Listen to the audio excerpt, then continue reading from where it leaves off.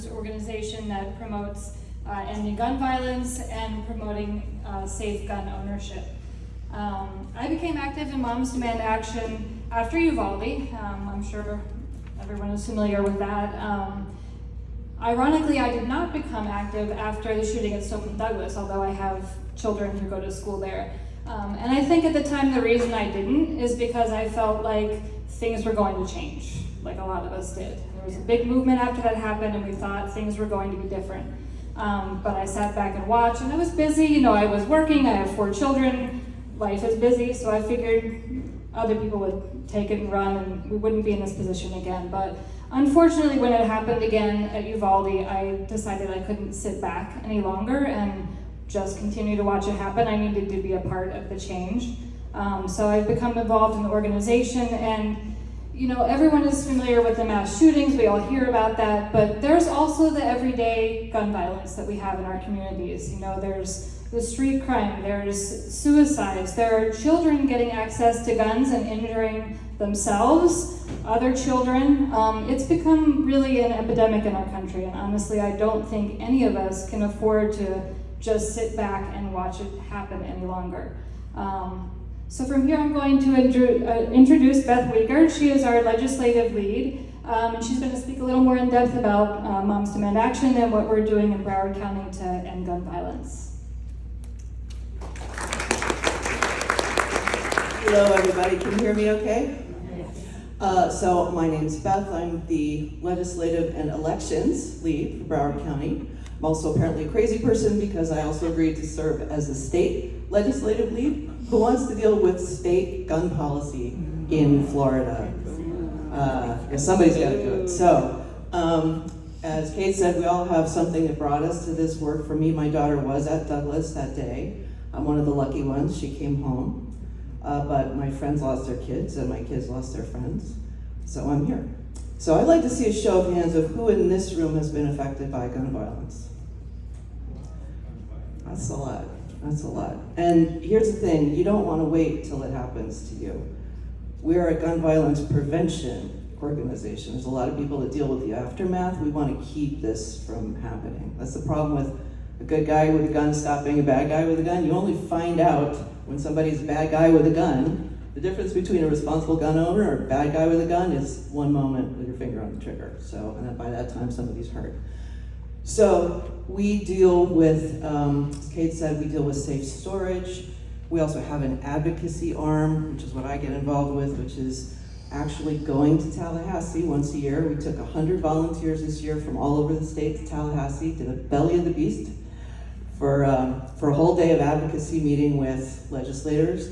There were some terrible bills that were proposed this year. One for open carry. It was a 42-page bill. It's going to allow guns in polling places.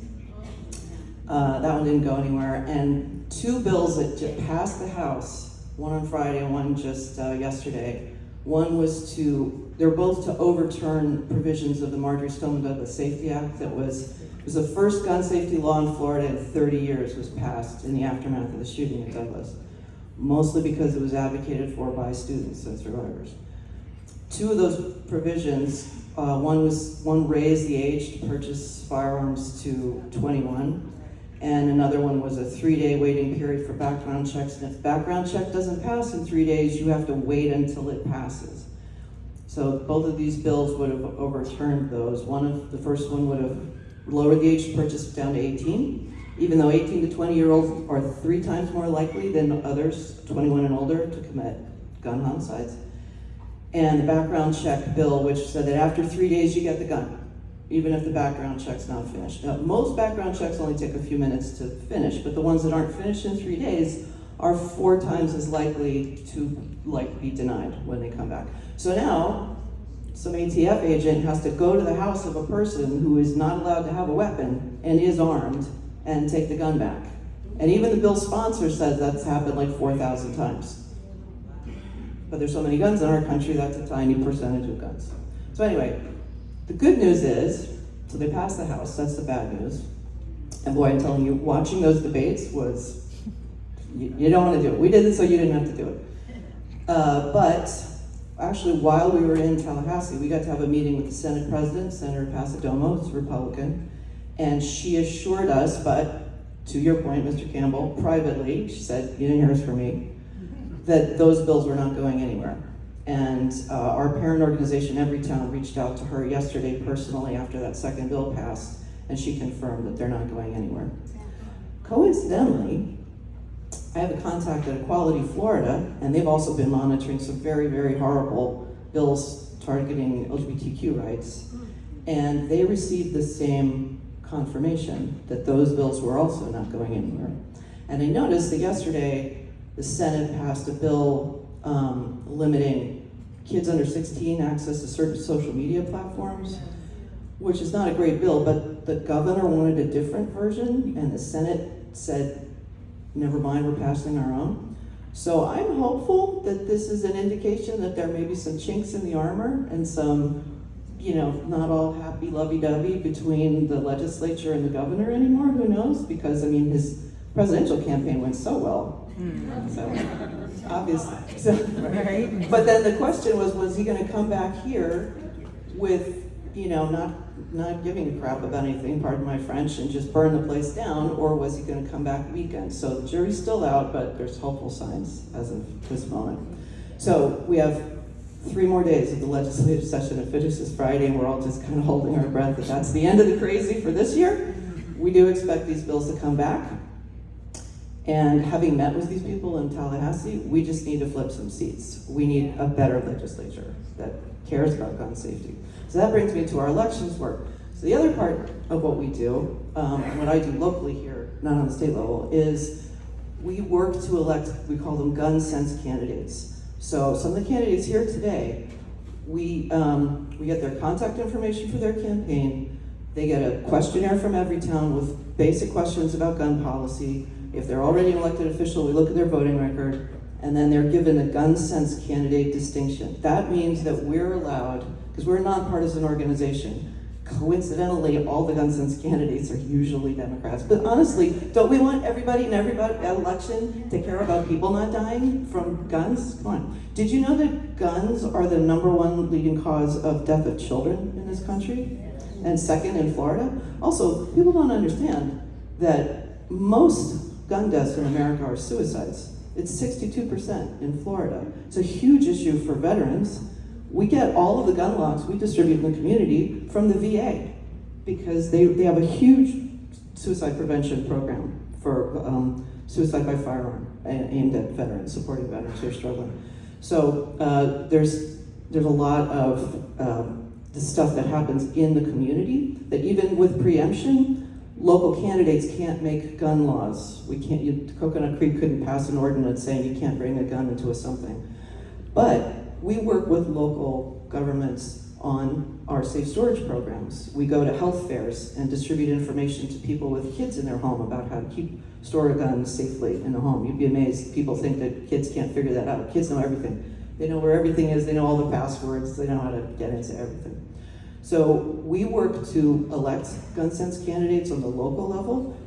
I know some of you guys have probably been following school board races. School board is a huge hotbed of craziness these days. I don't know how to say it politely. And we were able to get the person in our group who leads our safe storage program was able to get the Broward County School Board to agree at the end of every calendar or every school year to send safe, secure guns storage information home with every student in the Broward schools so that they're safe at home. Some kids are not, monitored over the summer when their parents are working. That's 250,000 kids are going to go home every year with information about gun safety. So we're working now to ramp up to the election season. We're reaching out to campaigns, trying to get contact information so we can get these people, the candidates, gun sense candidate distinction, then we can mobilize our volunteers to support them. If you all have, I'm gonna put this on you guys, if anybody wants to, if you know of any local candidates that maybe are gun violence survivors or are on the right side of gun violence prevention, please reach out to Moms Demand. We'll make sure that we get them vetted so we can support them. It's a big county. There's a lot of local races, but the local races really do matter. Do we need to flip some federal seats? Do we need a better governor?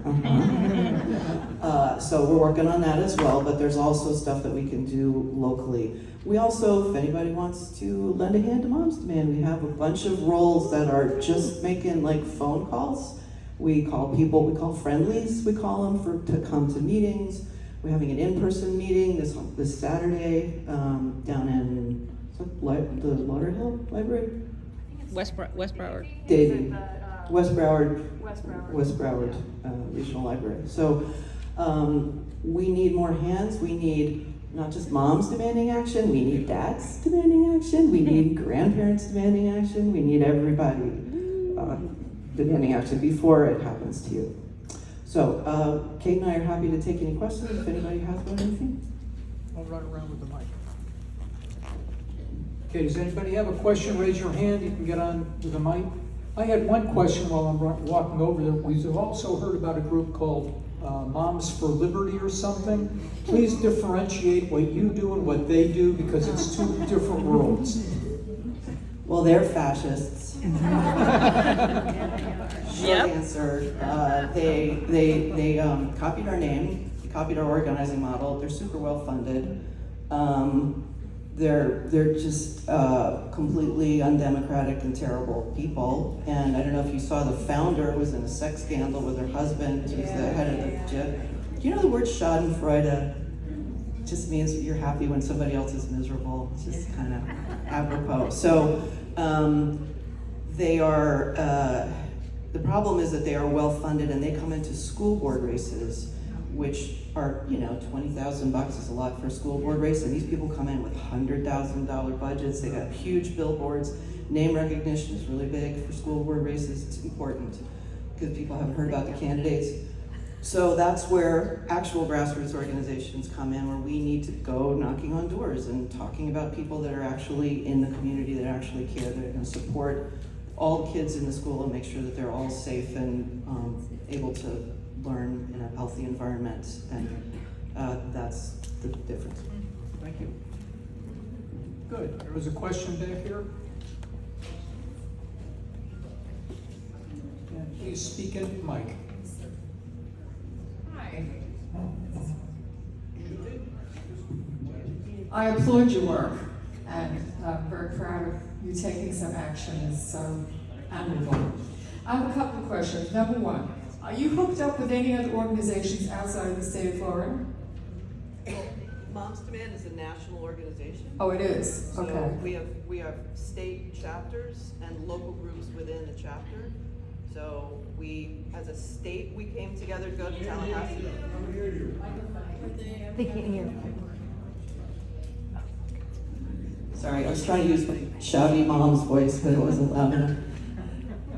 So we're a national organization. We have state chapters, they're called, and then local groups within the chapters. But we coordinate nationally, and we're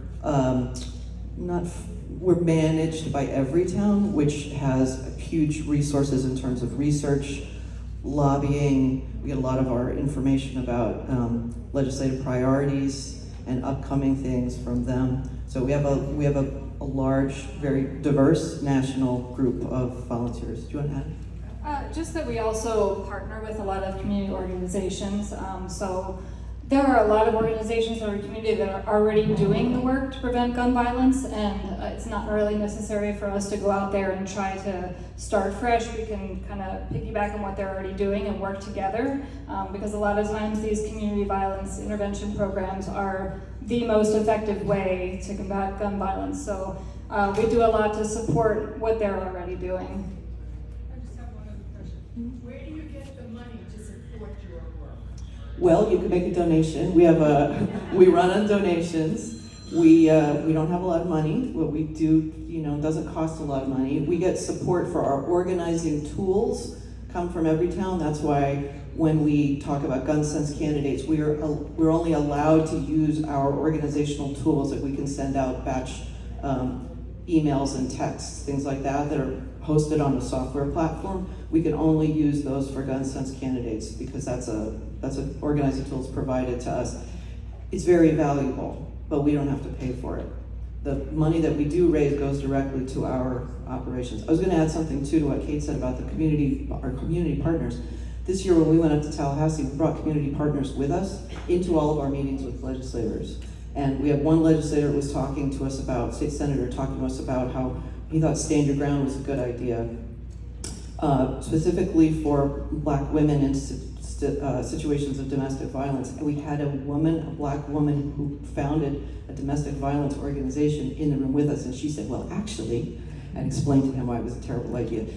Outside of the session, when everybody comes back to district, we're gonna continue meeting with the legislators throughout the summer and in the fall back into committee weeks, and bringing our partners with us to explain to our electeds what the work is that these community partners are doing and how they can be supported by funding at the state level. So that's also something that anybody wants to go knock on a door of a state legislator and say, hey, let's end gun violence. We're looking for volunteers to help with that too. Any other questions? Over here, yes, sir. And after the question, I'll bring the mic back over there.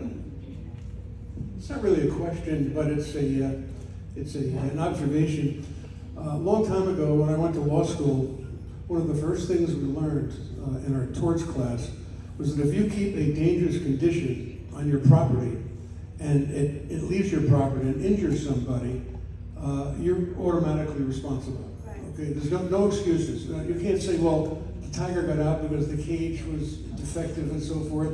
If you keep a dangerous condition on your property, you're held responsible.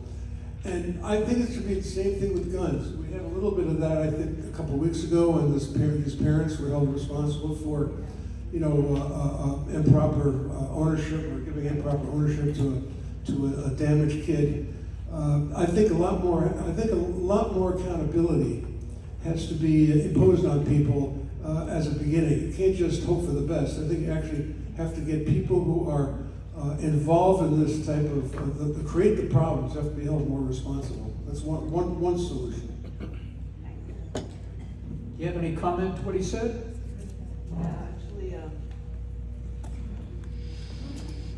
That's a great point. We all had the same reaction when we saw that news story that finally somebody's being held accountable. The safe storage requirement in Florida law currently is incredibly anemic. You're only responsible for someone to get access to a gun in your house if that person is under 16 and they take the weapon and go outside with it and use it in a threatening manner. So if a kid finds a gun in a house and injures themselves, which happens hundreds of times a year, there's no accountability for anybody.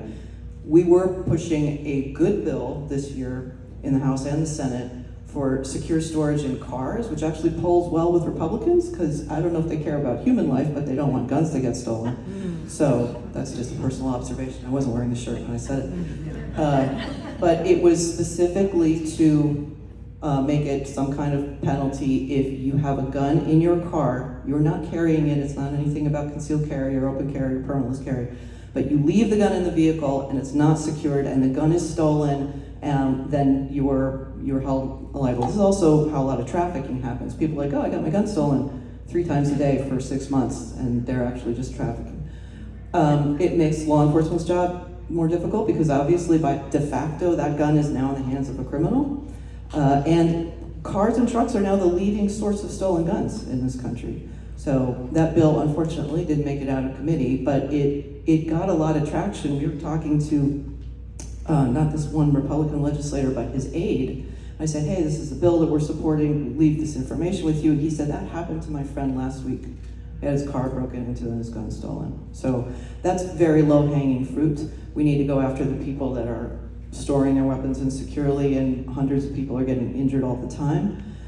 We also need to go after the gun manufacturers. We need to repeal PLCAA, so that's something else that we're working on at the federal level.